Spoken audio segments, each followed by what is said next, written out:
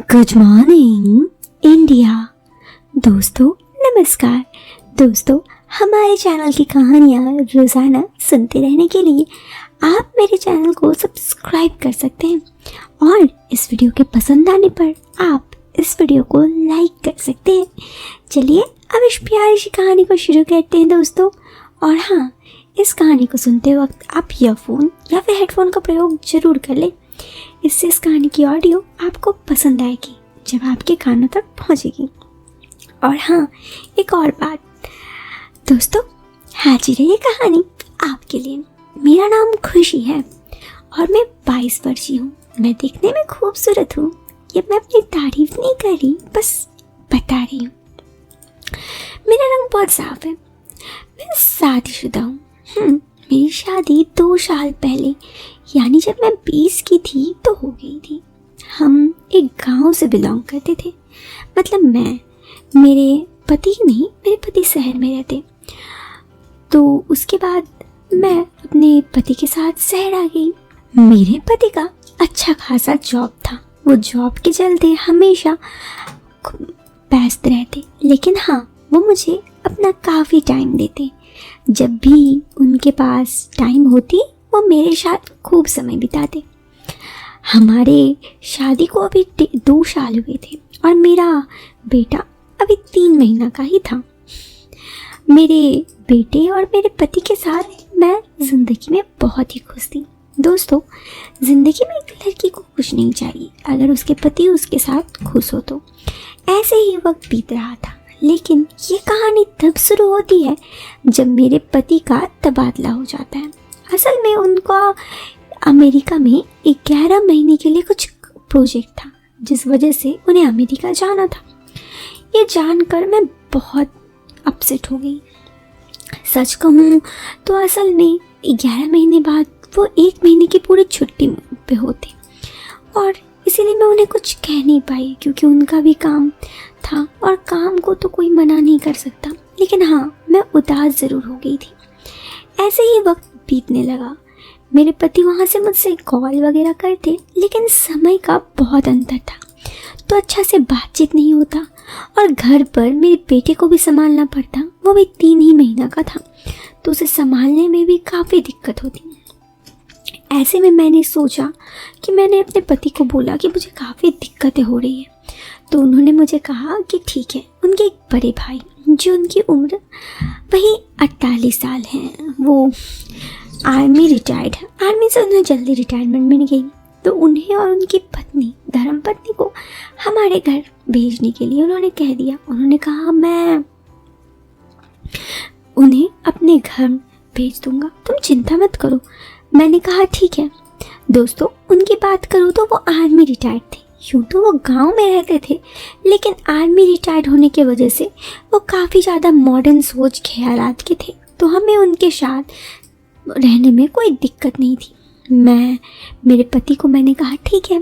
फिर 2 दिन बाद मेरे जेठ और जेठानी हमारे घर पहुँचे।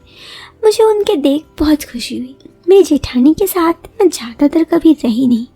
ऐसे में उनका बर्ताव से मेल खाना वगैरह थोड़ा दिक्कत तो हो सकता था, ये मैंने सोचा।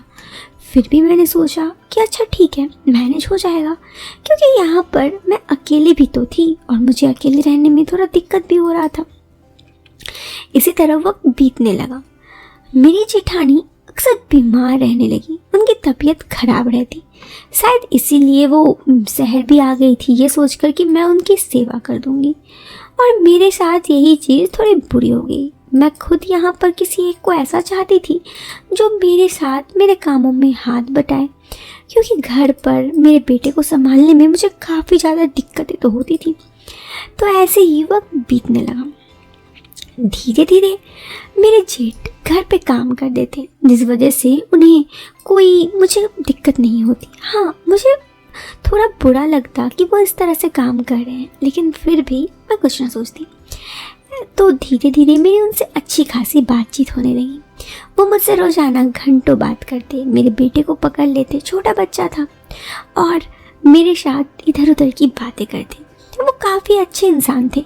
उनका व्यक्तित्व आकर्षक था, जिस वजह से मैं उनकी तरफ खींची चली आ रही थी।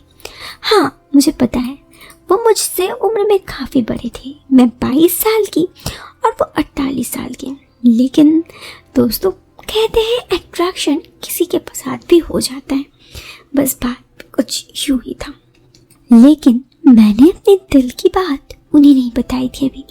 हाँ, मेरे दिल में उनके लिए कुछ था। ऐसे में मेरे पति भी नहीं थे, उनसे बात भी नहीं होती। और जैसी मेरी उम्र, किसी की तरफ भी अट्रैक्शन होना जो कि आपसे इस तरह से बातें करे, वो आम बात है। तो धीरे धीरे मेरा उनके तरफ अट्रैक्शन बढ़ने लगा। लेकिन घर पे जेठानी जी थी तो थोड़ा बहुत मैं डरती भी थी।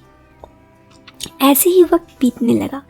एक दफ़ा मेरी जेठानी के मायके में कुछ फंक्शन था शादी का, तो वो जाना चाहती थी। मेरे जेठ जी ने कहा कि मेरे नाम लेके कि खुशी को दिक्कत होगी, खुशी अकेले कैसे संभालेगी, तुम चले जाओ, मैं रुक जाता हूँ। इस पर जेठानी पहले तो थोड़ी नाराज़ हुई, लेकिन फिर वो चली गई और मैं यहाँ पर रुक गया। मतलब मेरे साथ जेठ जी रुक गए। अब मेरे दिल के कोने में जोरों की धक धक हो रही थी। मानो ऐसा लग रहा था कि अब तो कुछ ज़रूर हो सकता है। धीरे धीरे वक्त बीतने लगा। वो जेठानी जी करीब 15-20 दिन के लिए गई थी और अभी 2 दिन पार हो गए। तीसरे दिन जेठ जी अपने कमरे में मेरे बेटी को पकड़े बैठे थे। तभी वो मेरे कमरे में आए और उन्होंने कहा, एक कप चाय मिलेगी? मैंने कहा हाँ, अभी मैं लेके आती हूँ। मैं चाय बनाकर 2 कप चाय ले आई और उनके साथ जाकर बैठ बातें करने लगी इधर उधर की। मैंने उन्हें बताया कि ऐसे तो मुझे बहुत ज़्यादा अकेलापन लगता था, लेकिन जब से आपसे बात होने लगी इधर उधर की, मेरा ये अकेलापन दूर होने लगा। उन्होंने कहा, मेरे साथ भी कुछ ऐसा ही है। तुम्हारी जेठानी को तो तुमने देखा ही है, वो हमेशा बीमार रहती है। ऐसे में तुमसे बात करके मेरा काफ़ी मन लग जाता है। दोस्तों, सच कहूँ तो मुझे उनसे बातें करके काफ़ी अच्छा लगने लगा था। मैं उन्हें अपने दिल की बात बताना चाहती थी। तो फिर एक रात मैंने हिम्मत करके उन्हें अपने दिल की बात बता दी। लेकिन दोस्तों, उसके बाद जो हुआ उसके बारे में मैंने कभी नहीं सोचा था। उन्होंने मुझे कहा, ये क्या कह रही हो? मैंने कहा, सच कह रही हूँ, बस अपने दिल की बात आपको बताना चाहती हूँ। इस पर उन्होंने कहा, ये गलत है। देखो, तुम्हें अट्रैक्शन हो रहा है, मैं समझ सकता हूँ, लेकिन तुम ये भी सोचो कि ये खराब रिश्ता दिखाता है और तुम मेरे भाई की धर्म पत्नी हो। अगर ऐसा तुम करोगी तो मेरे अपने भाई के साथ आँख नहीं मिला पाऊँगा। उनकी बातों में दम था। मुझे सच में लगा ऐसा इंसान दुनिया में बहुत कम ही मिलते हैं, क्योंकि अक्सर जहाँ पे लोग एक दूसरे की फ़ायदा उठाते हैं, उस वक्त उन्होंने मुझे समझाया। बस दोस्तों, ज़िंदगी में इतनी ही काफ़ी होती है। ये चीज़ मैंने उस दिन समझा। तो दोस्तों, इसीलिए मैंने आपको ये कहानी शेयर किया। कैसी लगी आपको ये कहानी? आप हमें कमेंट बॉक्स पे कमेंट करके ज़रूर बताएं। पसंद आई हो तो आप इस वीडियो को एक लाइक कर सकते हैं। चैनल पे पहली बार आए हैं तो सब्सक्राइब करें। हम मिलते हैं फिर एक नए वीडियो में एक नए और इंटरेस्टिंग टॉपिक के साथ। Till then, bye bye, take care, bye.